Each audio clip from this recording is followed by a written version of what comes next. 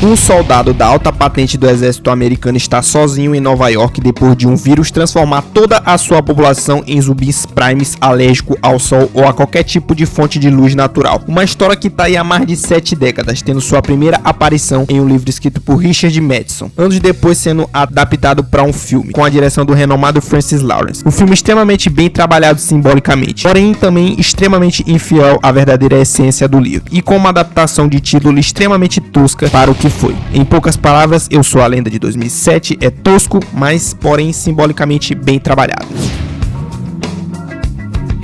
Vamos pegar o início do filme, que já começa com uma forçação de barra tremenda para fazer um ambiente apocalíptico. Nesta cena nós vemos aqui a Times Square, que é simplesmente o local mais movimentado do planeta, parecendo a Serra da Capivara. Tudo isso em míseros 3 anos. E olha que nós estamos falando de uma doença, aparentemente uma pandemia, né? Todo mundo sabe que isso é uma coisa que vai despovoando a Terra gradativamente. Então assim, não é como se um ET tivesse aparecido e levado todo mundo de uma vez ou um meteoro tivesse caído. Não, a gente tá falando de uma coisa que mata gradativamente.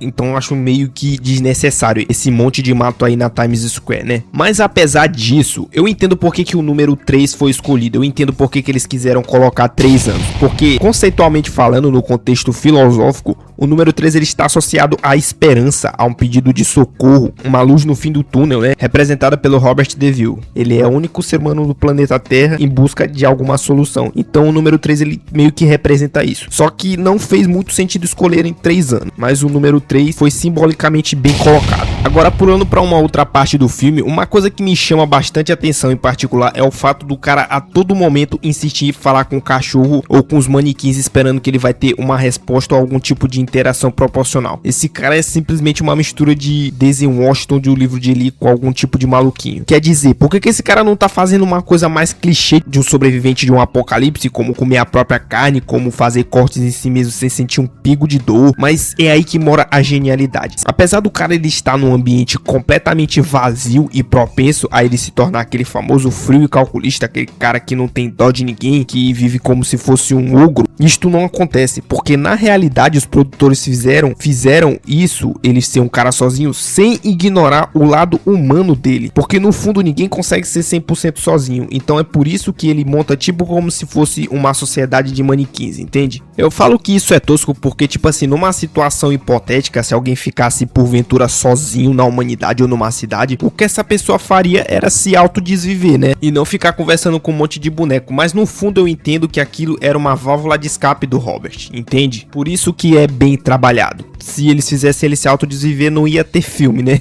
E outro motivo para ele não se desviver é o propósito dele, que é achar a cura. Coisa que é meio contraditória, porque como ele mesmo fala ali pro final do filme, ele não acredita que haja outros humanos. Então, tipo assim, ele realmente espera fazer isso tudo sozinho. Tipo, ele vai encontrar a cura e vai curar toda a humanidade que ele mesmo acredita estar toda contaminada só. É uma coisa que não faz muito sentido e é um pouco tosca. Mas mesmo ele sabendo disso, ele permanece nesse propósito meio que para ter um motivo para viver, como a própria música que ele vive escutando com a sua cadela Sam do Bob Marley se trata. E outra coisa que bota muito esse propósito dele em uma questão a ser discutida é o fato de, no momento em que a Sam foi morta, ele simplesmente saiu atropelando os zumbis que ele até um tempo atrás queria curar. Então, tosco, mas bem trabalhado. Bem trabalhado porque é exatamente isso que acontece na realidade. Muitas das vezes a gente coloca tudo a perder, bota todo um trabalho a perder por causa de um único momento de raiva e de frustração, que foi a morte da Sam, que foi outra coisa bem forçada na minha opinião. Vamos relembrar novamente o que acontece. O Robert tem um lapso de raiva ali e resolve tirar satisfação com um manequim, e é capturado por uma armadilha, e para nossa surpresa ele ficou ali pendurado esse tempo todo e ninguém tentou fazer nada. Justamente na hora que ele acorda, o perigo aparece. O sol acha de se pôr. E essa cena, cara, assim, eu me senti meio que assistindo uma espécie de Chaves da ficção científica. A começar pelo jeito que desencadeou a morte da Sam, que foi o fato do Robert não conseguir defendê-lo por causa da faca que entrou na perna dele, que é justamente um momento Chaves. O cara é um soldado da alta elite do exército americano. Ele, por um acidente, um descuido, soltou a faca e sei lá o que foi que aconteceu, e a faca entrou na perna dele, mano. Só faltou pôr a trilha sonora de risada do Chaves no fundo, mano.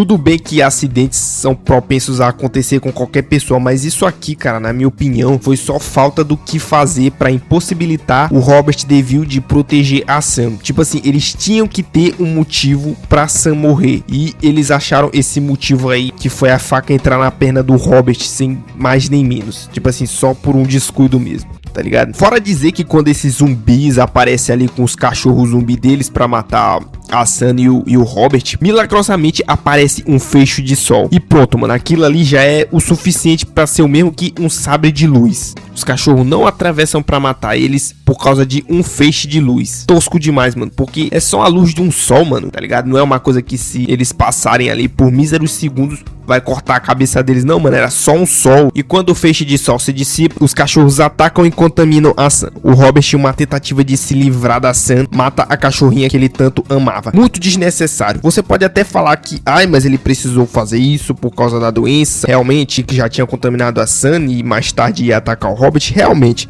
Mas será que era realmente necessário? Não tinha outra opção? Tipo, ele tinha um fucking zumbi que ele tinha matado pra fazer um teste ali no seu laboratório embaixo e vários outros ratos. Quer dizer, ele consegue prender um humano contaminado, ratos contaminados, mas ele não conseguiria prender a cachorra. Tipo, pelo menos até ele conseguir a cura. Tosco, muito tosco. Porém, simbolicamente bem trabalhado.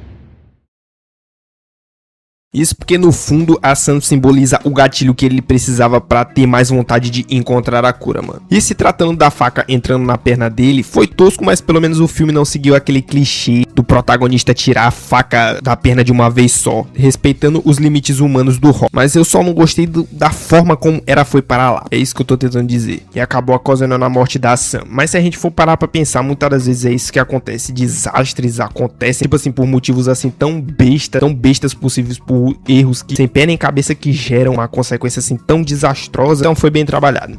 E agora, se tratando do final, sinceramente eu não acho que tenha sido exatamente ruim, mas também não foi de todo o bom. A começar pela forma que aquela mulher apareceu, tipo, do nada ela salvou o Robert. Eu acho isso muito incoerente, porque pouco tempo depois, quando os zumbis estavam invadindo a casa ali do Robert, ela foi a primeira a se escorar junto com um menino. Ela que pouco tempo atrás salvou o Robert de uma leva de zumbi, não soube se defender naquele momento. E aquele rapazinho, ele meio que tá ali só pra encher linguiça, ele não faz nada, se tira ele dali, não muda em nada, mano. E o fatídico momento em que eles descem pro porão e o Robert se explode lá com os zumbis. Totalmente desnecessário, mano. Como a própria mulher disse, tinha espaço pra ele ali naquela lareira, sei lá o que era. Neville, tem espaço aqui, entra!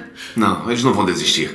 Ele podia se esconder ali e só jogar a bomba e os zumbis iam morrer instantaneamente. Então assim, ele tinha que morrer, mano. Ele tinha que fazer o papel de salvador, mesmo que não precisasse, entendeu? Não precisava ele ter se explodido com os zumbis. Aquilo ali foi só mais uma encheção de linguiça, tá ligado? Só pra fazer um final alternativo condizente com o título do filme, Eu Sou a Lenda. Até porque se ele ficasse vivo, ele não ia ser a lenda. Por isso que eu digo que foi uma adaptação de título meio tosca, porque é totalmente infiel ao livro. Porque no livro realmente tem um motivo pra ser este título de Eu Sou a Lenda, porque na sociedade em que ele vive no livro, entre os zumbis formaram sociedades, formaram tipo como se fosse um grupo entre eles, e ele é tipo como se fosse uma lenda, um bicho de folclore, só que inserido no contexto dos zumbis, na sociedade dos zumbis. Então por isso que ele é uma lenda, tá ligado? E aqui ele simplesmente é uma lenda, tudo porque ele se autodestruiu desnecessariamente pra se passar como um salvador que não era necessário, pois ele tinha espaço pra ele na lareira e ele jogava bomba, então ele não merecia ser a lenda, ele não é uma lenda no filme. Mas no entanto, isso é só um ponto de vista diferente, isso é só uma perspectiva diferente, entende? Se você concorda, deixa o feedback aí nos comentários, o like e a inscrição também é muito importante. Muito obrigado por você permanecer até aqui